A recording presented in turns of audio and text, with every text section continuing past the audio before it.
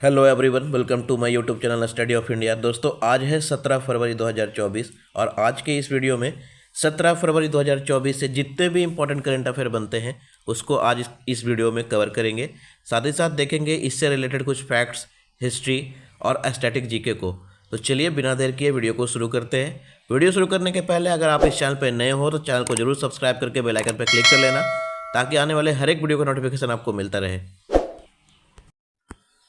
आज का हमारा पहला क्वेश्चन है, बिहार के विधानसभा अध्यक्ष के रूप में किसे चुना गया है? तो इसका राइट आंसर हो जाएगा आपका ऑप्शन ए, नंद किशोर यादव। ये हैं नंद किशोर यादव, जिन्हें हाल ही में बिहार के विधानसभा अध्यक्ष के रूप में नियुक्त किया गया है। अभी बिहार में राजनीतिक परिदृश्य चेंजमेंट होने के बाद बिहार के विधानसभा अध्यक्ष के रूप में नंद किशोर यादव को नियुक्त किया गया है। तो बिहार के बारे में कुछ इंपॉर्टेंट फैक्ट्स को देखते हैं। ये है बिहार का मैप। अभी बिहार में भारतीय जनता पार्टी के दिग्गज नेता नंद किशोर यादव को बिहार विधानसभा अध्यक्ष के रूप में चयन किया गया है। अब बिहार में राजनीतिक परिदृश्य चेंजमेंट देखने को मिला है। तो बिहार की राजधानी पटना है। बिहार का राजकीय फूल गेंदा। बिहार का गठन 22 मार्च 1912 को हुआ था। उड़ीसा से अलग करके एक नए राज्य के रूप में दर्जा दिया गया था। बिहार का राजकीय फल आम है। बिहार के वर्तमान मुख्यमंत्री नीतीश कुमार और बिहार में दो अन्य उप मुख्यमंत्री के रूप में विजय कुमार सिन्हा और सम्राट चौधरी, जो कि बीजेपी पार्टी से संबंध रखते हैं, इनको शपथ दिलाई गई है। बिहार के वर्तमान राज्यपाल राजेंद्र विश्वनाथ अरलेकर है। बिहार में लोकसभा की सीटें 40 है, राज्यसभा की 16 सीटें और बिहार विधानसभा की 243 सीटें और विधान परिषद की 75 सीटें। ये यहाँ पे गलत टाइप हो गया है, तो विधान परिषद की 75 सीटें हैं। बिहार एक द्वि सदन वाला राज्य है, जहाँ उच्च सदन और निम्न सदन दोनों आता है। उच्च सदन को विधान परिषद बोलते हैं और निम्न सदन को विधानसभा बोलते हैं। विधानसभा की सीटों की संख्या 243 है और विधान परिषद में सीटों की संख्या 75 है, 75 है। ठीक है। अभी हाल ही में बिहार में राजनीतिक चेंजमेंट को देखने को मिला था और यहाँ फ्लोर टेस्ट हुआ था। तो फ्लोर टेस्ट में इसी विधानसभा की 243 सीटों को प्रदर्शित करना था। बिहार में जिलों की संख्या कुल 38 है, इसे आपको याद रखना है। चलते हैं नेक्स्ट क्वेश्चन। नेक्स्ट क्वेश्चन है हमारा, किस राज्य सरकार ने भारत की पहली हेलीकॉप्टर आपातकालीन चिकित्सा सेवा की शुरुआत किया है? तो इसका राइट आंसर हो जाएगा आपका ऑप्शन ए, उत्तराखंड। अभी हाल ही में उत्तराखंड सरकार द्वारा भारत की पहली हेलीकॉप्टर आपातकालीन चिकित्सा सेवा की शुरुआत किया गया है। भारत के नागरिक उड्डयन मंत्री ज्योति आदित्य राव सिंधिया ने उत्तराखंड में हेलीकॉप्टर आपातकालीन चिकित्सा सेवा की शुरुआत की है। अब उत्तराखंड में इसकी शुरुआत हुआ है, तो उत्तराखंड पे एक नज़र डालते हैं। यह है उत्तराखंड का मैप। तो भारत की पहली हेलीकॉप्टर आपातकालीन चिकित्सा सेवा उत्तराखंड से शुरू की जाएगी। नागरिक उड्डयन मंत्री ज्योति आदित्य राव सिंधिया ने यह जानकारी दी है। यह सेवा के तहत एक हेलीकॉप्टर अखिल भारतीय आयुर्विज्ञान संस्थान एम्स में तैनात किया जाएगा, जहां से इसे 150 किलोमीटर के दायरे में कहीं भी भेजा जा सकता है, ताकि दुर्घटना का शिकार हुए किसी भी व्यक्ति तक चिकित्सा सुविधाएं पहुंचाई जा सके। ठीक है, इसे आपको याद रखना है। चलते हैं नेक्स्ट क्वेश्चन पे। नेक्स्ट क्वेश्चन है हमारा, बोइंग डिफेंस इंडिया के प्रबंध निदेशक मैनेजिंग डायरेक्टर किसे बनाया गया है? तो इसका राइट आंसर हो जाएगा ऑप्शन ए, निखिल जोशी। ये हैं निखिल जोशी, जिन्हें हाल ही में अमेरिकी defence company Boeing defence India के प्रबंध निदेशक बनाया गया है। तो बोइंग ने निखिल जोशी को बोइंग डिफेंस इंडिया का प्रबंध निदेशक नियुक्त करके भारत में अपने परिचालन को बढ़ाने और अपनी विकास रणनीति को आगे बढ़ाने के लिए महत्वपूर्ण कदम उठाया है। अमेरिकी एयरस्पेस दिग्गज कंपनी बोइंग ने निखिल जोशी को बोइंग डिफेंस इंडिया के प्रबंध निदेशक के रूप में नियुक्त करके एक रणनीतिक निर्णय दुनिया के सबसे बड़े रक्षा बाजारों में से एक में अपनी उपस्थिति को मजबूत करने की बोइंग की प्रतिबद्धता को रेखांकित करता है। जिसका लक्ष्य है भारत के रक्षा बलों की मिशन तत्परता और आधुनिकीकरण प्रयासों को आगे बढ़ाना। ठीक है, इसे आपको याद रखना है। नेक्स्ट क्वेश्चन है हमारा, इंडोनेशिया के नए राष्ट्रपति के रूप में किसे नियुक्त किया गया है? तो इसका राइट आंसर हो जाएगा प्रबोवो सुबियांतो।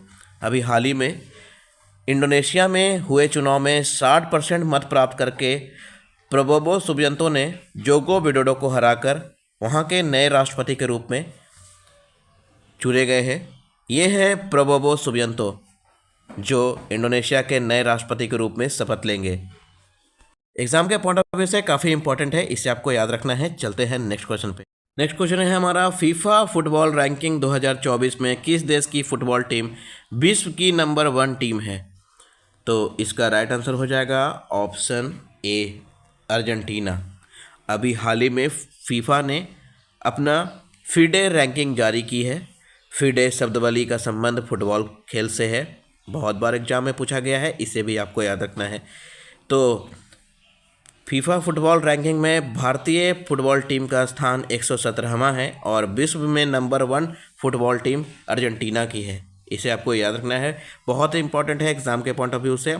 उसके बाद सेकंड नंबर विश्व में फ्रांस की आती है और फिर इंग्लैंड है, ब्राज़ील है, बेल्जियम है। ये 5 ऐसे देश हैं टॉप 5 में जिन्हें फीफा फुटबॉल रैंकिंग 2024 में सर्वश्रेष्ठ फुटबॉल टीम का दर्जा दिया गया है। तो विश्व चैंपियन अर्जेंटीना इसमें शीर्ष स्थान पर है। उसके बाद फ्रांस, इंग्लैंड, बेल्जियम और ब्राज़ील है जो इन फुटबॉल महाशक्तियों के रूप में स्थापित करती है। ठीक है, इसे आपको याद रखना है।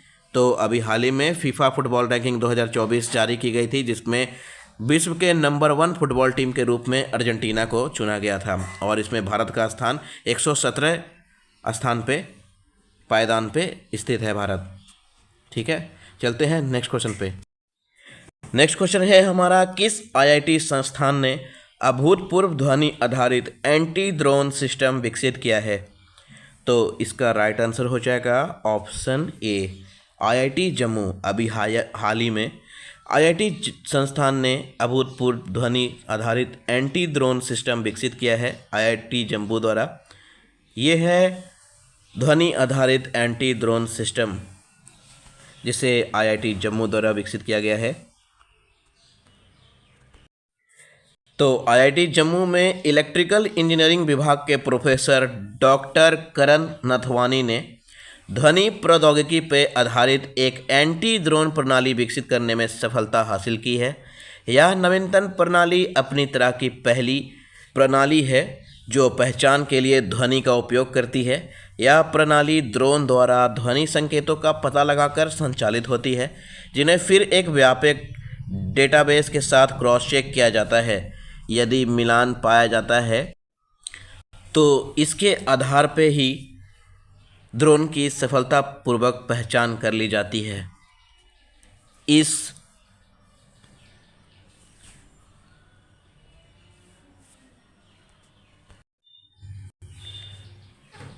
आईआईटी जम्मू में इलेक्ट्रिकल इंजीनियरिंग विभाग के प्रोफेसर डॉक्टर करण नाथवानी ने ध्वनि आधारित प्रौद्योगिकी पर एक एंटी ड्रोन प्रणाली विकसित करने में सफलता हासिल की है।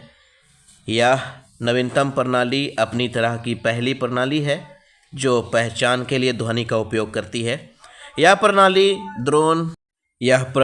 ध्वनि ड्रोन द्वारा ध्वनि संकेतों का पता लगाकर संचालित होती है जिन्हें फिर एक व्यापक डेटाबेस के साथ क्रॉस चेक किया जाता है।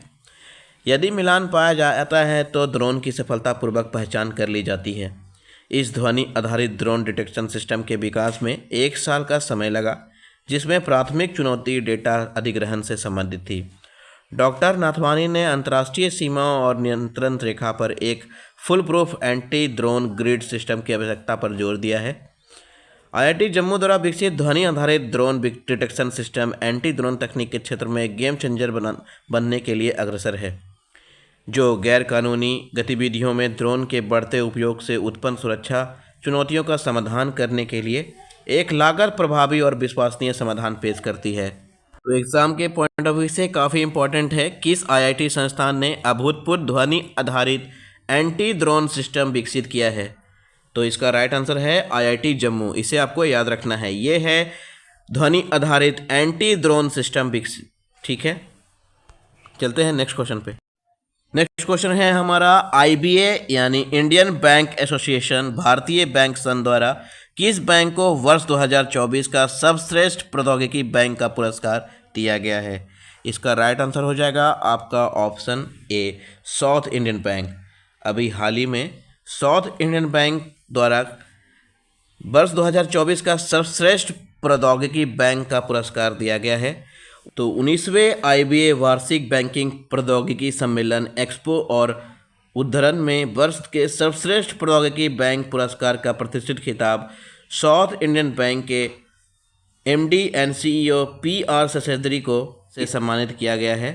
साउथ इंडियन बैंक के रूप में भारतीय रिजर्व बैंक के डिप्टी गवर्नर T रविशंकर ने इस पुरस्कार को दिया है भारतीय बैंक संघ के रूप में। तो जिसका आयोजन मुंबई में किया गया था भारतीय बैंक संघ IBA द्वारा। ठीक है, इसे आपको याद रखना है। तो IBA यानी भारतीय बैंक संघ द्वारा साउथ इंडियन बैंक को वर्ष 2024 का सर्वश्रेष्ठ प्रौद्योगिकी बैंक का पुरस्कार दिया गया है। ठीक है, चलते हैं नेक्स्ट क्वेश्चन पे। नेक्स्ट क्वेश्चन है हमारा, किस देश ने जापान को पीछे छोड़कर दुनिया का तीसरी सबसे बड़ी अर्थव्यवस्था वाला देश बन गया है? तो इसका राइट आंसर है ऑप्शन ए, जर्मनी। अभी हाल ही में जर्मनी ने जापान को पीछे छोड़कर दुनिया की तीसरी सबसे बड़ी अर्थव्यवस्था वाला देश बन गया है। जर्मनी ने दुनिया की तीसरी सबसे बड़ी अर्थव्यवस्था के रूप में जापान से आगे निकल गया है और जिसका मुख्य कारण है यूरो की स्थिरता की तुलना में येन में महत्वपूर्ण मूल्यह्रास का होना। अभी जापान की मुद्रा येन में महत्वपूर्ण मूल्यह्रास को देखने को मिला है, जिसके वजह से जर्मनी दुनिया की तीसरी सबसे बड़ी अर्थव्यवस्था के रूप में जापान से आगे निकल गया है। विश्व का सबसे बड़ी अर्थव्यवस्था वाला देश अमेरिका है, इसे आपको याद रखना है।